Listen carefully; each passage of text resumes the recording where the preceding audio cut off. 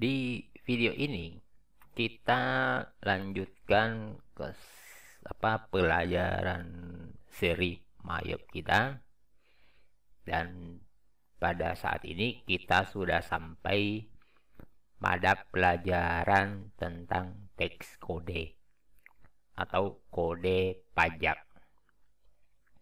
Nah, di sini nanti kita akan pelajari apa itu kode pajak, lalu untuk apa kita buat. Kemudian berikutnya, apa kaitan kode pajak dengan daftar akun yang pernah dibuat di beberapa video sebelumnya. Kemudian kita pelajari juga bagaimana cara membuat satu kode pajak. Jadi kita ngangkat satu contoh, dan nanti kita akan mengenal juga beberapa tipe pajak yang tersedia di dalam Mayop. Nah, kita yang pertama. Yang pertama, untuk apa sih kode pajak itu dan apa kaitannya dengan akun? Nah, beberapa data ke depannya ketika diinput terkadang menanyakan kode pajak, atau beberapa transaksi yang akan diinput kemudian transaksi tersebut dikenakan pajak, maka dia akan tanyakan pajaknya kena pajak apa.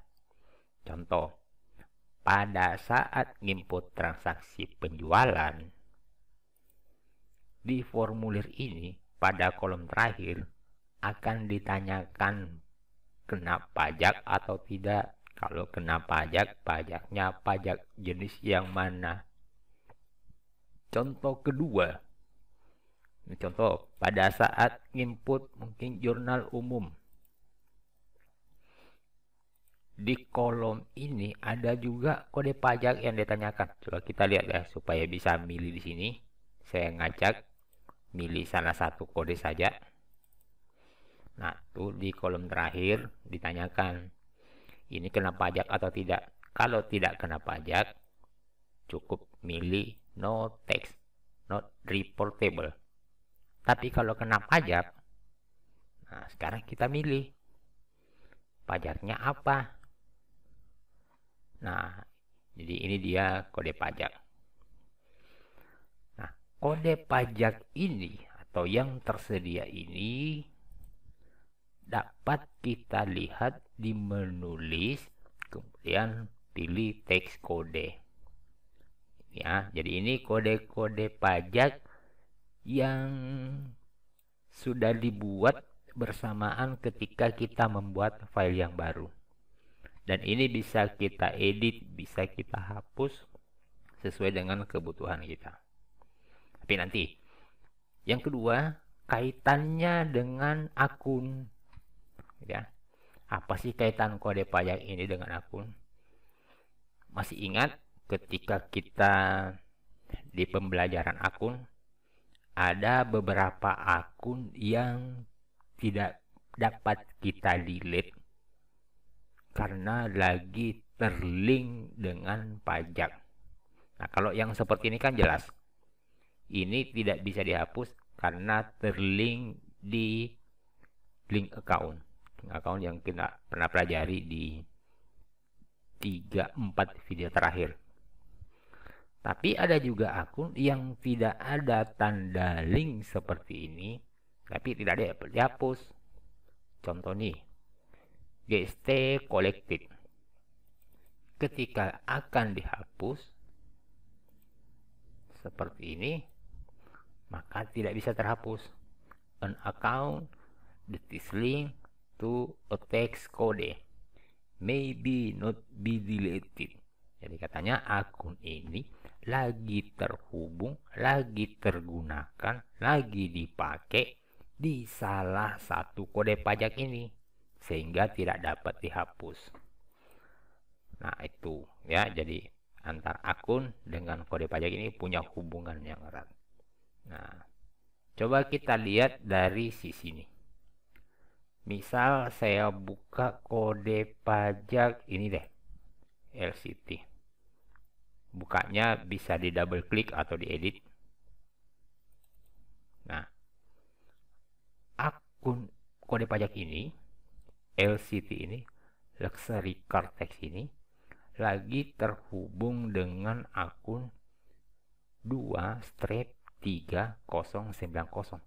Otomatis akun ini tidak dapat di-delete dari sini. Coba kita cari 2-3090. Berarti yang ini. Nah, ini kan tidak memiliki tanda contreng. Tapi coba kita lihat, bisa tidak terhapus. Nah, tidak bisa terhapus ya, karena lagi tergunakan. Selain itu, sebenarnya bukan cuma sekedar tidak bisa terhapus, tapi mengubah dari detail menjadi header ketika lagi terpakai di sini, ini juga tidak bisa dilakukan. Coba, nah, tuh, ini tidak bisa dilakukan karena akun ini lagi terpakai di sini. Nah, itu ya. Mudah-mudahan jelas hubungan antara kode pajak ini dengan daftar akun. Nah, berikutnya kita akan coba belajar membuat kode pajak. Tapi sebelumnya gini, ini kan banyak nih kode pajak. Kode pajak ini adalah kode pajak bawaan dan mungkin saja kita tidak butuhkan untuk di kasus perusahaan kita. Nah, kalau kita tidak butuhkan, pada dasarnya ini boleh dihapus. Ya. Cara menghapusnya cukup diklik kanan, kemudian pilih delete text code. Nah, tapi sebaiknya gini. Kalau mau menghapus, dahulukan yang bercetak tebal ini. Karena yang bercetak tebal ini adalah konsolidasi penggabungan beberapa kode pajak. Contoh, saya buka yang ini. Nah, ini katanya adalah kode pajak GW ini penggabungan antara kode pajak dua ini. Berarti kode pajak ini tidak bisa dihapus karena lagi terkonsolidasi di sini. Coba kita lihat ya. WEG dengan WET. Kita ngetes. Hapus. WEG. Nah, kita coba. Tidak bisa terhapus karena lagi terkonsolidasi. Ini juga tidak bisa dihapus karena terkonsolidasi. Ya, terkonsolidasi maksudnya tergabung di dalam sini. Nah, sekarang coba kita hapus deh yang ini. Tempat ngumpulnya, tempat konsolidasinya. Kita delete. Nah, ya, oke. Udah hilang. Sekarang kita coba yang tadi ini tidak bisa terhapus. Nah, sudah bisa. Ini juga. Nah, sudah bisa. Jadi gitu ya. Kalau mau menghapus yang tidak dibutuhkan, dahulukan yang bold ini. Sekarang ini kita hapus. Nah, pada dasarnya di sini semua bisa Anda hapus. Terkecuali ada dua. Dua ini wajib ada sehingga tidak boleh dihapus, yaitu GST dengan not reportable atau NT, no text. Nah, dua ini harus ada, tidak boleh dihapus. Sekarang kalau begitu yang lain kita hapus dulu. Karena tidak kita butuhkan. Tapi kalau dibutuhkan jangan dihapus ya. Kalau Anda memiliki kasus kedepannya seperti itu dan membutuhkan ini, udah jangan dihapus. Oke. Sekarang kita nyisakan yang dua ini. Yang dua ini tidak dihapus karena memang tidak dapat dihapus. Bukan, tidak dapat dihapus. Nah, sekarang kita contohkan buat satu kode pajak yang umum kita gunakan, yaitu PPN, pajak pertambahan. Meskipun ada kode-kode pajak lain yang ada di Indonesia ya, seperti pajak bumi dan bangunan, pajak penghasilan atau PPH, dan lain-lain sebagainya. Tapi pada kesempatan ini saya mencontohkan pajak pertambahan nilai. Nah, cara membuatnya, klik tombol new dari teks kode ini, dari daftar kode pajak ini. Kemudian kita isikan kodenya. Nah, sekarang kita kasih kode PPN, lalu tekan tombol tab. Silakan isi deskripsi. Pajak pertambahan nilai. Nah, sudah jadi. Berikutnya, milih tipe teksnya, ya. Jadi kalau konsolidasi dipilih kalau mau mengkonsolidasikan beberapa pajak. Jadi bisa dipilih pajak apa yang dikonsolidasikan. Untuk pajak pertambahan nilai, tipenya adalah Goods and Services Tax. Ya. Nah, nanti saya akan jelaskan tipe-tipe yang lain. Kita selesaikan dulu yang PPN. Jadi tipenya Goods and Services Tax untuk pajak pertambahan nilai. Lalu tingkat pajak atau persentase atau rate-nya. Nah, kalau PPN kita kenalnya 10%. Berikutnya akan diminta akun yang punya hubungan dengan PPN ini. Kebetulan di sini ada dua permintaan, yaitu link account for tax collected dan link account for tax paid. Kita lihat ya, PPN itu kan ada dua, pajak pertambahan nilai masukan dan ada pajak pertambahan nilai keluaran, atau PPN masukan dan PPN keluaran. PPN masukan itu adalah PPN yang dikeluarkan oleh perusahaan saat membeli, dibayar, dipaid. Kalau PPN keluaran itu adalah PPN yang diterima oleh perusahaan pada saat menjual, atau PPN yang dikumpulkan, dikolektif. Nah, kalau begitu berarti di sini yang cocoknya adalah pajak pertambahan nilai keluaran, PPN keluaran. Di sini adalah PPN masukan. Ya. Karena kita belum punya, saya contoh saja gitu ya. Milih salah satu deh akun di sini. Ya, milih salah satu deh, saya coba ganti yang lain. Misal saya pakai yang ini. Tapi nanti jangan asal ngisi di sini ya, sesuaikan. Nyari akun PPN keluarannya, terus di sini nyari PPN masukan. Itu maksudnya ya. Oke. Setelah itu yang ini boleh diabaikan dulu. Ya. Maksud dari ini link card for tax authority. Kebetulan kita belum belajar card. Yang dimaksud siapa sih yang berotoritas, bertanggung jawab mengotorisasi untuk PPN ini. Itu maksudnya. Tapi pada saat ini boleh kita abaikan. Nah, itu kan berarti kita sudah punya satu pajak pertambahan nilai. Dan ini sudah bisa kita gunakan di proses transaksi. Contoh tadi, ketika input jurnal, ya,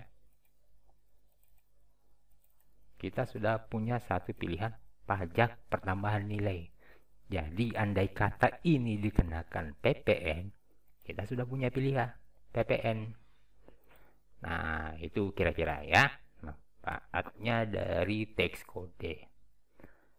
Lalu cara lain membuat PPN ini bisa dilakukan dengan mengedit teks kode ini. Karena bisa kita pastikan ini kan sama gitu ya.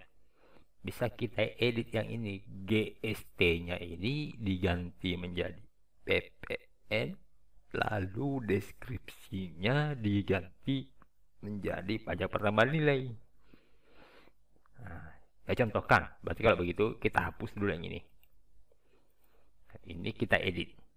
Edit ya, cukup double klik atau sorot baru tekan tombol edit. Nah, ininya kita ganti menjadi PPN. Nah, ini kalau muncul pesan ini oke. Lalu ini deskripsinya kita ganti. Pajak pertambahan nilai. Rate-nya sesuaikan, link account-nya juga sesuaikan. Oke, nah nanti GST-nya hilang karena kita edit menjadi pajak pertambahan nilai. Nah itu kira-kira caranya. Nah, terakhir saya mau jelaskan tadi tipe-tipenya ya. Saya contohkan buat satu. Di sini saya acak dulu ya supaya bisa kelihatan tipenya. Saya tidak isikan deskripsinya karena saya cuma mau menjelaskan tipe-tipe ini. Pertama tadi konsolidasi ya, jelas ya. Jadi untuk mengkonsolidasikan beberapa kode pajak. Lalu import. Nah, import ini adalah pajak import, pajak transaksi import. Ya. Nah, sebenarnya pajak import ini, ya betul, transaksi import. Tapi kalau perusahaan tidak memiliki kegiatan transaksi import, bahkan tidak ada pajak impor, yang tipe pajak ini tidak usah dibuat ya. Lalu sales tax. Nah, ini pajak yang dikenakan karena menjual. Beda loh ya dengan PP Keluaran dengan sales tax. Oke, Anda bisa nyari informasi apa bedanya antara pajak penjualan dengan PPN Keluaran. Lalu good and service tax yang tadi kita contohkan, pajak yang dikenakan karena adanya pertambahan nilai. Tadinya kita beli 1000 lalu kita jual 1100, berarti ada pertambahan nilai sebanyak 100, yaitu dari 1000 menjadi 1100. Kemudian input tax. Input tax ini pajak yang dikenakan ketika ada kegiatan input. Bukan input data loh ya yang dimaksud. Kegiatan input itu maksudnya seperti terima sumbangan atau mungkin terima hibah gitu ya. Nah, itu kan input. Lalu berikutnya LCT atau Luxury Car Tax. Pajak barang mewah. Sebenarnya ini kalau di Indonesia mungkin ada istilah pajak pertambahan nilai barang mewah. Lalu berikutnya ini voluntary, pajak yang sifatnya sukarela ya. Jadi, kalau di luar sana sih banyak perusahaan yang secara sukarela membayar pajak. Pajak yang dimaksudkan adalah pajak di luar regulasi. Mungkin karena perusahaannya merasa mapan gitu ya, udah nyumbang pajak ke pemerintahnya. Nah, ini maksudnya. Lalu berikutnya, sorry yang ini mungkin saya tidak jelaskan. Ini karakteristik pajak yang ada di negara asalnya Mayop ini. Nah, saya kira itu penjelasan pelajaran kita tentang kode pajak. Nah, terakhir kesimpulan. Sekarang ini kita belajar kode pajak. 4 video sebelumnya kita belajar tentang link akun. Dan itu semua punya kaitan dengan akun. Harusnya ketika kita telah menyelesaikan kode pajak ini, maka akun yang tidak kita butuhkan di sini harusnya sudah bisa terhapus lagi. Ya, atau dengan kata lain kita sudah bisa merapikan daftar akun yang kita miliki. Ingat ya, waktu kita buat daftar akun, ada beberapa akun kita pending dulu, kita biarkan dulu di situ. Karena pada saat itu tidak bisa dihapus. Tidak bisa dihapus karena terlink baik di link akun maupun di pajak. Oke, sekian dulu materi kita. Kita akan lanjut di video berikutnya.